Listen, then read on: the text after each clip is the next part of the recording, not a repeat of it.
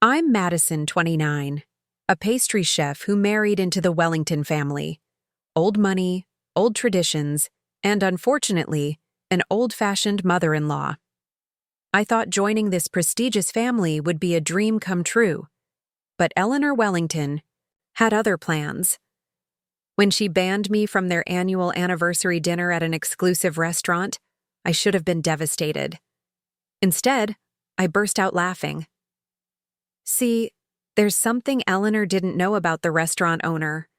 Before I tell you how I turned my mother-in-law's power play into the most satisfying moment of my marriage, let me know where you're watching from and hit that subscribe button.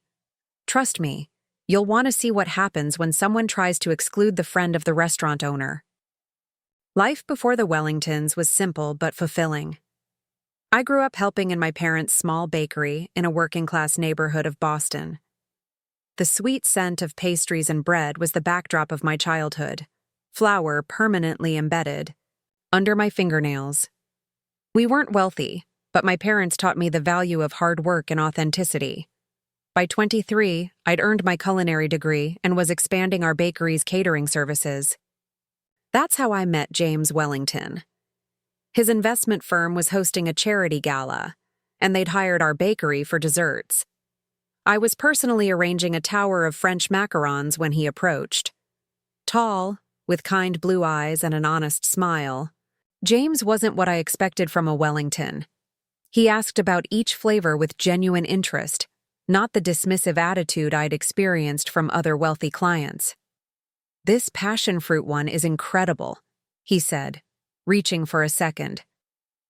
"Did you make these yourself?" Our conversation flowed effortlessly. By the end of the night, he'd asked for my number, and I'd broken my rule about not dating clients. Our worlds couldn't have been more different, but we connected on a level that transcended social barriers. James valued my ambition and creativity, while I admired his kindness and humility despite his privileged upbringing. Our courtship was a whirlwind. Within 6 months, we were engaged, and suddenly I was facing the prospect of joining one of Boston's elite families. James assured me his family would love me just as he did. "They're not as stuffy as people think," he promised. Meeting the Wellingtons proved half of that statement true. William Wellington, James's father, greeted me with unexpected warmth. A self-made man who had expanded his wife's family business, he seemed to appreciate my entrepreneurial background. Eleanor Wellington was another story entirely. From our first introduction, her smile never reached her eyes. She looked at my handmade dress, the finest I owned, with barely concealed disdain. "How creative," she said, fingering the fabric as if checking for polyester. That evening set the tone for our relationship. Over the following months, Eleanor's arsenal of subtle put-downs became familiar. "Oh, you're still working at your parents' little bakery? How sweet." Or, "Perhaps I could introduce you to my stylist, dear. She works wonders with clients on a budget." Each comment was delivered with a smile that dared me to object. James existed in blissful denial. "Mom's just old-fashioned," he'd say. "She'll warm up once she gets to know you." But I saw how he tensed whenever we visited his parents, how he'd preemptively coach me on topics to avoid, clothes to wear. He was caught between two worlds, desperately wanting harmony but unwilling to acknowledge the source of discord. I tried everything to win Eleanor over. I brought her artisanal pastries from our bakery. I asked about Wellington family traditions. I even attempted to learn golf, her favorite pastime. Each effort was met with the same cool disinterest, or worse, a patronizing pat on the hand. "Madison makes an effort. I'll give her that," I overheard her telling a friend on the phone. "But you can't make silk from cotton, can you?" The first major family gathering after our engagement was Thanksgiving at the Wellington estate. I offered to bring dessert, hoping to showcase my professional skills. I spent days perfecting a pumpkin chiffon pie with hand-piped maple cream rosettes and candied pecans. Eleanor barely glanced at it. "We usually serve traditional pumpkin pie from Bergdorf's bakery," she said, placing my creation far down the buffet table. "The family has certain expectations about holiday traditions." Later, I overheard her telling James's aunt, "It's a bit rustic, isn't it? But we must encourage her efforts." The pie remained largely untouched, a visual representation of my place in the Wellington family. That night, as James and I drove home, I finally voiced what I'd been feeling for months. "Your mother doesn't think I'm good enough for you or your family." "That's not true," James protested. "Mom is just protective. The Wellingtons have been in the public eye for generations. She worries about maintaining certain standards." "Standards I don't meet," I said quietly. James took my hand. "Give her time. She'll see what I see in you." But as weeks turned to months, Eleanor's behavior made one thing increasingly clear. In her eyes, I wasn't a daughter-in-law to welcome, but a threat to the Wellington legacy that needed to be neutralized. The ladies' lunches began 3 months after our wedding. Eleanor hosted monthly gatherings for the women in the Wellington family, sisters-in-law, cousins, aunts. These lunches were apparently a long-standing tradition, a way for Wellington women to bond and discuss family matters. I learned about them when James's sister Audrey mentioned looking forward to seeing me at the upcoming lunch. The invitation never came. When I casually asked James about it, he frowned. "That's odd. I'm sure Mom just forgot."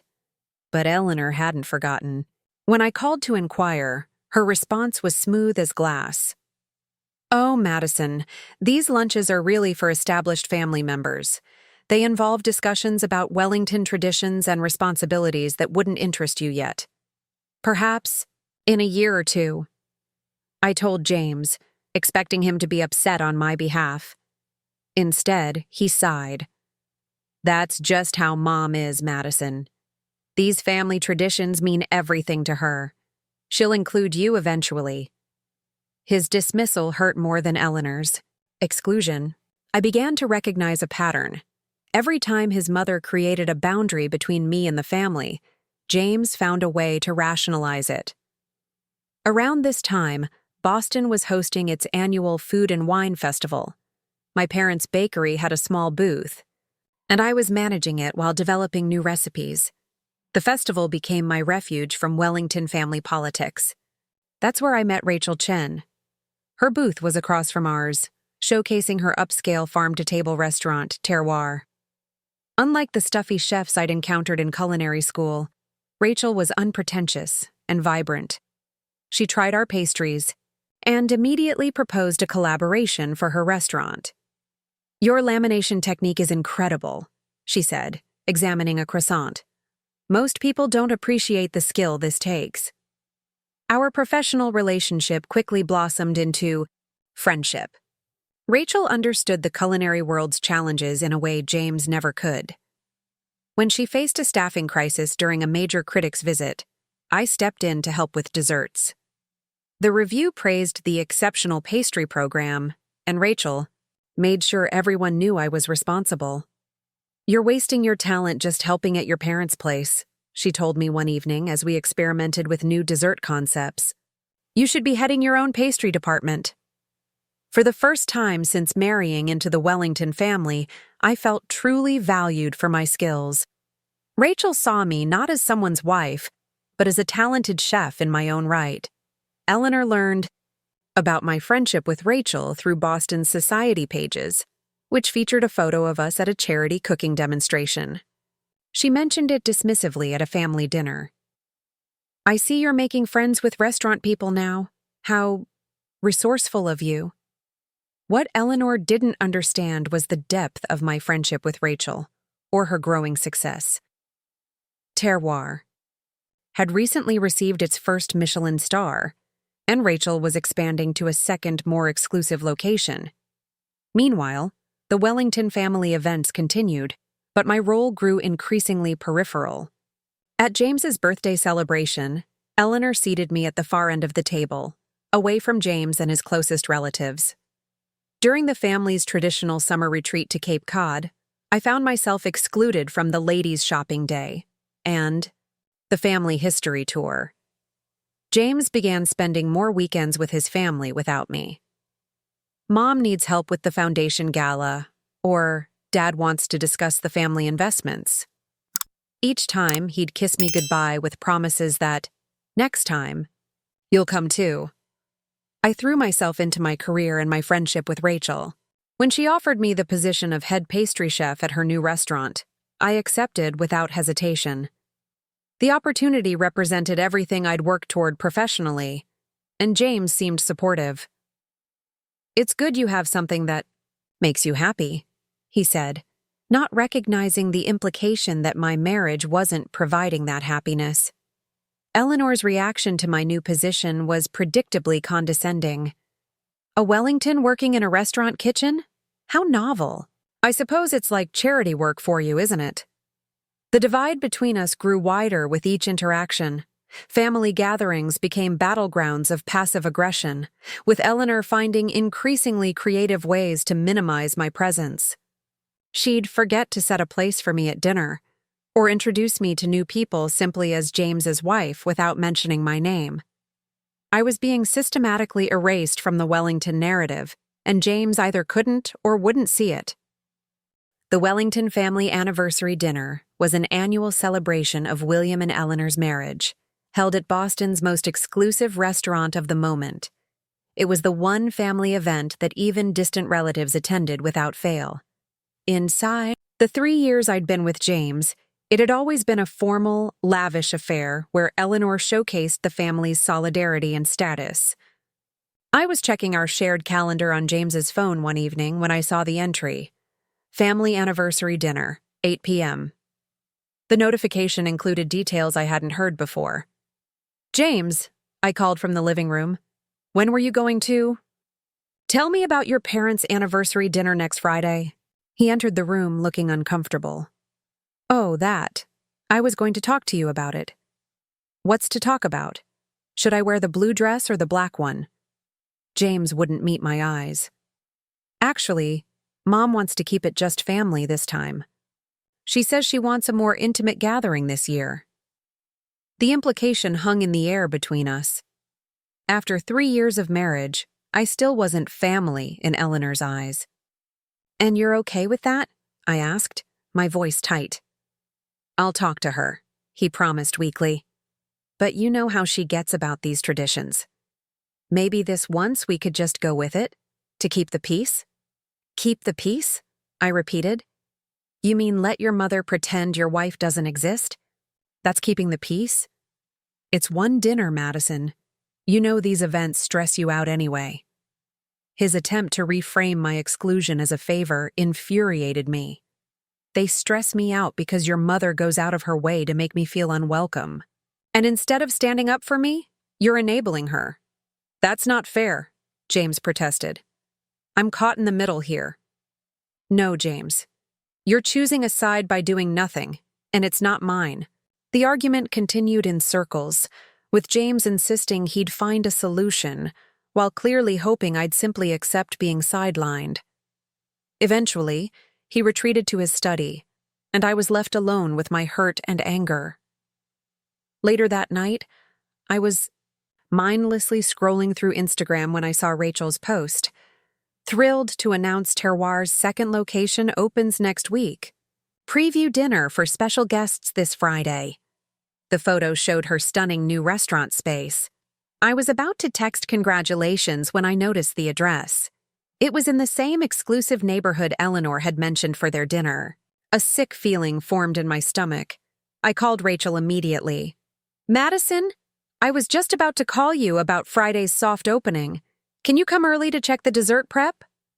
"Rachel," I said slowly, "did you book a reservation for the Wellington family this Friday?" There was a pause. "Yes, they're on the list. Table for 12 at 8. William Wellington made the reservation himself. I was going to surprise you." "Did they specifically request me for the dessert course?" My voice sounded strange, even to my own ears. "No." Rachel sounded confused. "Actually, Eleanor Wellington, Called yesterday to confirm the reservation. She specifically asked about our chef's table and requested that the executive chef personally handle their table, not the pastry chef. I thought it was an odd request, but didn't connect it to you. Wait, is something wrong? The betrayal cut deep. Not only had Eleanor excluded me from the family dinner, but she had deliberately chosen Rachel's restaurant and taken steps to ensure I wouldn't be involved even in my professional capacity. And James had known. He must have. I sank to the floor, phone still pressed to my ear as Rachel's concerned voice asked what was happening. Through tears, I explained the situation. They didn't invite me to the family dinner. My own husband is going without me. And Eleanor specifically requested that I not be involved with their table. That manipulative witch, Rachel said, her usual professional diplomacy abandoned. Madison, I'm so sorry, I had no idea. That night, alone in our bed while James slept in the guest room, I faced the truth I'd been avoiding for years. I would never be accepted as a true Wellington, no matter how hard I tried. And my husband, the man who had promised to make us a family, wasn't willing to fight for my place at the table. The next morning, I called my parents. After 3 years of downplaying Eleanor's behavior to avoid worrying them, I finally shared everything. My father's quiet anger and my mother's tears validated what I'd been feeling. Sweetheart, my father said, you've always belonged at any table you choose to sit at. Don't let anyone make you forget that. But what do? I asked.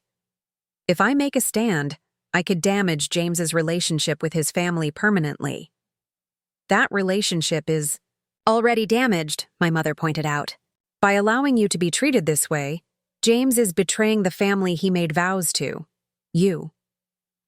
Their perspective helped clarify my thoughts, but the decision remained painfully complex. That afternoon, Rachel called with an unexpected proposal. I have an idea, she said. What if you did come to the dinner, not as their guest but as mine?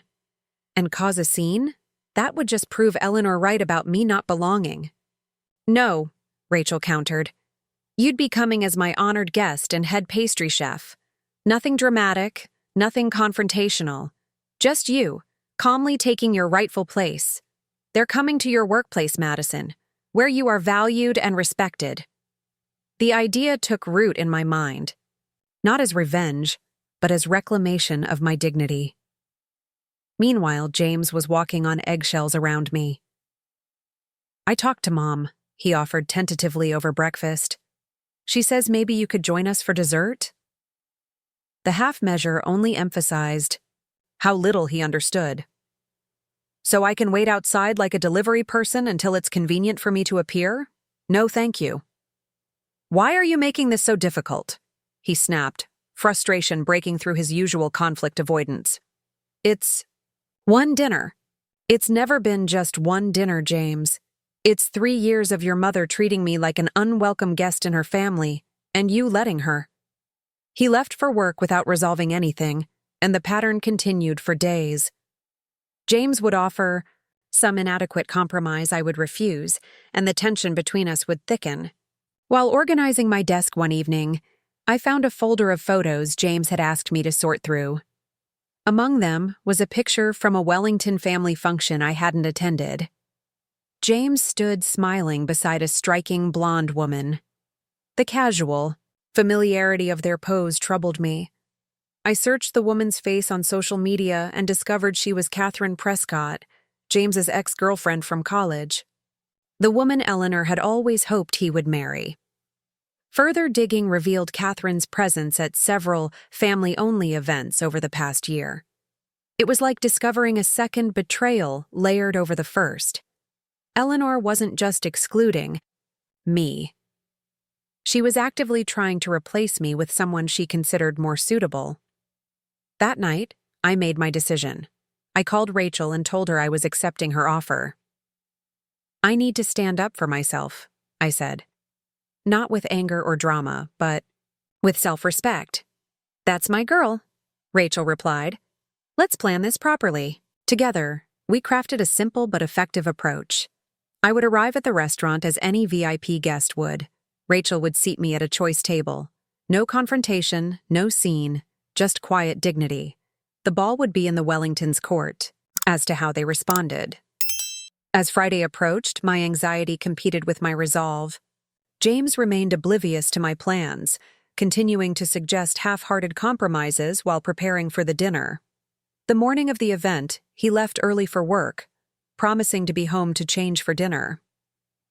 "I wish you could understand," he said at the door. "Mom just needs time." "It's been 3 years, James," I replied. "How much more time does she need?" He had no answer, just a tired sigh as he left. Alone in our apartment, I opened my closet and selected the outfit I'd wear that night. Not the demure, Eleanor-approved styles I usually wore to Wellington functions, but a striking burgundy dress that Rachel had once complimented as made for a woman who knows her worth. For the first time in years, I felt a sense of control, returning. Whatever happened that night, I would no longer be the passive recipient of Eleanor Wellington's machinations. I would write my own role in this story. I arrived at Terroir's new location at precisely 7:45 p.m. The restaurant gleamed with understated elegance, exposed brick walls, crystal chandeliers, and floor-to-ceiling windows overlooking the Boston skyline.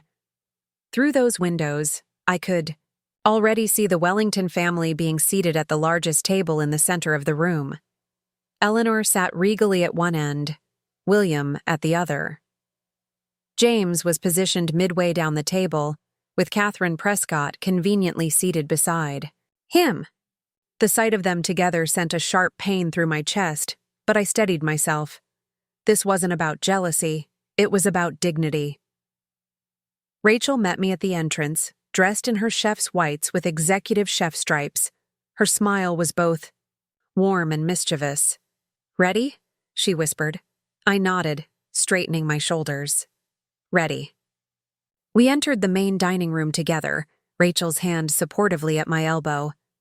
The maitre d' greeted us with a deep bow, loudly enough to attract attention from nearby tables. "Chef Chen, Chef Wellington, your special table is ready," add I. The sound of my married name, several heads turned. I saw the exact moment Eleanor spotted me, her perfectly composed face freezing mid-smile, champagne glass suspended halfway to her lips. James's reaction came a second later, his expression cycling rapidly through confusion, embarrassment, and something that might have been relief. Rachel guided me not to the Wellington table, but to a prime table with a perfect view of both the kitchen and the Wellington party. A server immediately appeared with a bottle of champagne. "Compliments of the house for our executive pastry chef," he announced, loudly enough for nearby tables to hear.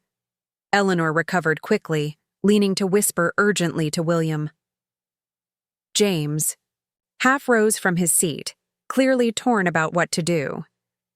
Catherine looked between him and me with undisguised curiosity. I didn't approach their table. Instead, I settled comfortably at mine, accepting a glass of champagne with a gracious smile. Rachel made a show of discussing the evening's special dessert menu with me, ensuring that my professional status was clear to everyone within earshot. It took approximately 3 minutes for Eleanor to make her move. She approached my table, with the tight smile I knew so well, the one that never reached her eyes. "Madison," she said, her voice honeyed for the benefit of nearby diners. "What a surprise! There seems to be some confusion. Our family dinner is a private event." "There's no confusion, Eleanor," I replied calmly. "I'm here as Rachel's guest and in my professional capacity. The restaurant's executive pastry chef often makes appearances during service. I wouldn't dream of intruding on your family dinner." The emphasis on family was subtle, but unmistakable. Eleanor's smile faltered. "Well, it's rather awkward, don't you think, given the circumstances?" "What circumstances would those be?" I asked innocently. "That you specifically requested a table at my place of work while ensuring I wouldn't be invited to your gathering, or that you've seated my husband next to his ex-girlfriend? Which circumstance is awkward exactly?" Eleanor's face flushed. For once, her composure cracked. "You're making a scene," she hissed, dropping the pretense of politeness. "On the contrary," Rachel interjected smoothly, appearing at my side. "Madison is one of our most valued team members, enjoying our hospitality. As are you. Now shall I escort you back to your table, Mrs. Wellington? Your first course will be arriving momentarily." Effectively dismissed, Eleanor had no choice but to return to her family, her back rigid with fury. I watched as she whispered urgently to James, who looked increasingly uncomfortable. Rachel squeezed my shoulder supportively. "Phase 1 complete," she murmured. "You're doing great." What followed was a masterclass in restaurant hospitality, directed entirely toward me. Every special dish came to my table first, for approval. The sommelier brought rare wines for my opinion. The staff treated me with a deference usually reserved for celebrities.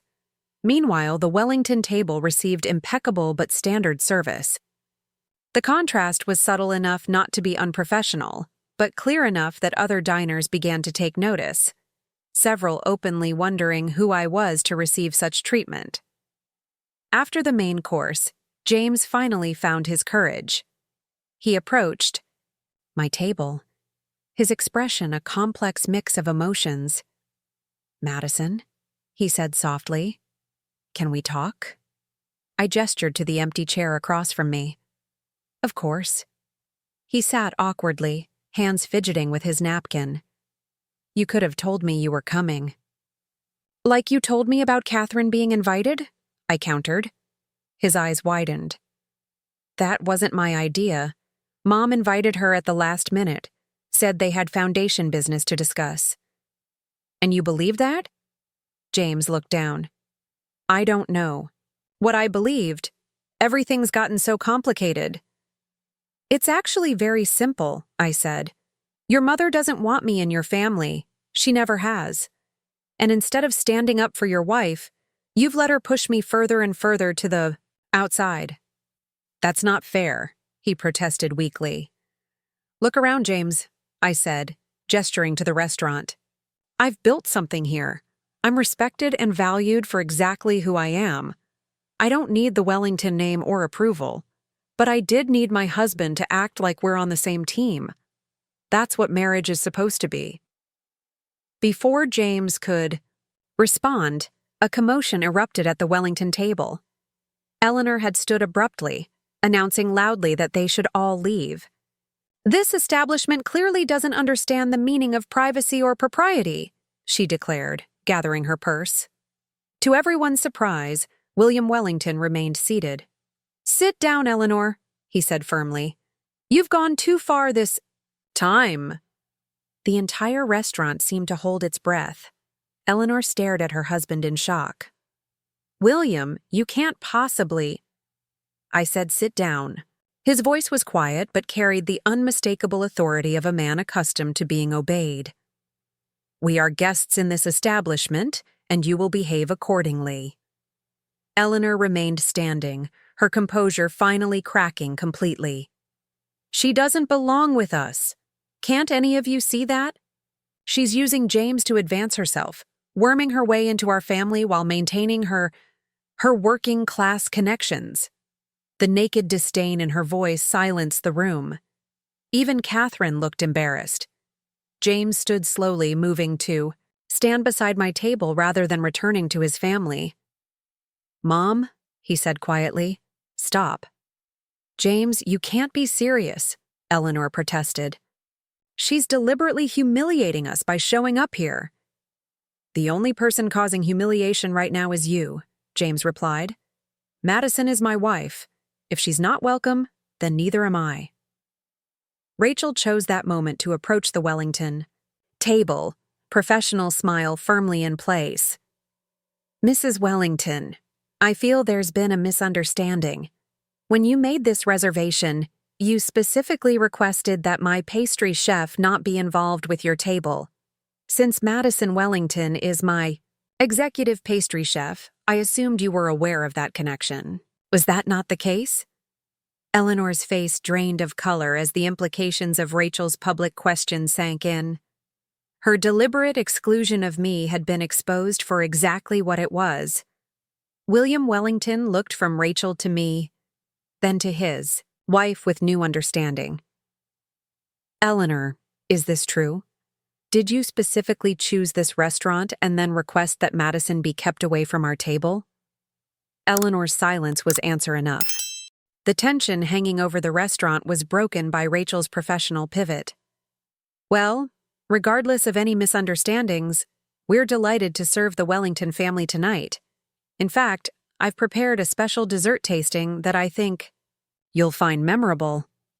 She signaled to the staff, who began bringing an elaborate parade of desserts to both the Wellington table and mine. Each creation was introduced with its inspiration. Chef Madison's interpretation of classic New England flavors, and a tribute to Chef Madison's award-winning technique. The other diners watched with interest as the Wellington family sat, uncomfortably through what had effectively become a showcase of my talent. William Wellington, to his credit, tried each dessert with apparent appreciation, even complimenting the staff loudly enough for me to hear. Eleanor sat rigid, barely touching her food. Catherine attempted small talk with James, who had reluctantly returned to his family's table, but kept glancing in my direction. Rachel ensured my table received a steady stream of complimentary special items, including a rare vintage champagne that caused a murmur of appreciation from nearby tables. "Is that the '08 crystal?" a gentleman at the adjacent table asked loudly. "They must have connections to get that these days." Rachel smiled. "Chef Wellington has excellent relationships with our suppliers. We're fortunate to have her expertise." The use of my married name wasn't lost on the Wellington table. I could see James's siblings exchanging glances, clearly reassessing their perceptions of their brother's wife.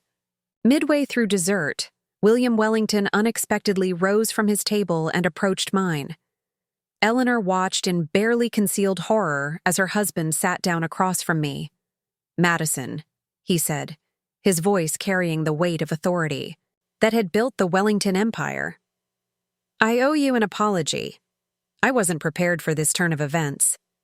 "Sir?" "William, please," he corrected. "It seems I've been oblivious to a situation I should have addressed long ago. My wife's behavior toward you has been unacceptable." "You don't need to," I began, uncomfortable with this public acknowledgement. "I do," he interrupted firmly. "The Wellingtons have a certain reputation to maintain. Not of exclusivity or social status, as my wife seems to believe, but of integrity and fairness. Values I've clearly failed to uphold in my own home." He looked back at his family table, where Eleanor sat stone-faced. "Sometimes we become so accustomed to managing appearances that we forget to examine what lies beneath them." His candor was unexpected and oddly touching. This was the father-in-law I'd glimpsed when first meeting James's family, the self-made man who valued substance over status. "Your restaurant is exceptional," he continued, "as are these desserts. You've built something impressive here on your own merits. That's the true Wellington way, though some of us seem to have forgotten it." With that, he returned to his family table, leaving me stunned. I caught Rachel's eye across the room, and she gave me a subtle thumbs up. The evening continued with a curious new dynamic. Several of James's relatives, taking their cue from William, made a point of stopping by my table to compliment the food or make conversation. James himself seemed torn, clearly wanting to join me but bound by complicated family obligations. Eleanor's grip on the family's social behavior was visibly weakening. I watched as James's sister Audrey openly defied her mother by taking a selfie with me, declaring us sister chefs since she'd recently started a cooking blog. As the Wellington party prepared to leave, there was an unexpected commotion near the kitchen. One of the servers had tripped, sending a tray of desserts crashing to the floor. In the momentary distraction, James slipped away from his family and returned to my table. "Can we talk properly?" he asked urgently. "Not here, not now, but soon?" "Yes," I said simply. "We need to." "I've been blind," he admitted, "to so many things. I'm sorry, Madison. Before I could respond, Rachel appeared with a folder in her hands. Mr. Wellington, before you go, I thought you might want to see this. It's the correspondence regarding your reservation. James looked confused, but accepted the folder and opened it. His expression darkened as he read. Mom specifically requested that Madison not be involved with our table? And she knew this was Madison's restaurant? Rachel nodded. I wouldn't normally share private correspondence, but given the circumstances... James closed the folder, his jaw tight. Thank you for bringing this to my attention. He returned to his family, who were gathering by the entrance. I couldn't hear what he said to Eleanor, but her face registered shock, then anger. William placed a restraining hand on her arm, and the family departed with a strange new fracture, visible in their usually united front. Rachel sat down at my table as the restaurant began to empty. Well, that was quite a dinner service. Thank you, I said, emotion finally catching up with me. For everything. I didn't do it for you, she replied with a wink. I did it because you make the best damn desserts in Boston, and no one messes with my executive pastry chef. We shared a laugh that released some of the evening's tension. As the staff began closing procedures, Rachel poured us each a final glass of champagne.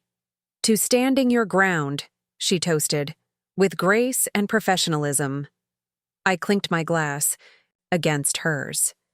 And to true family, the ones who lift you up instead of cutting you down.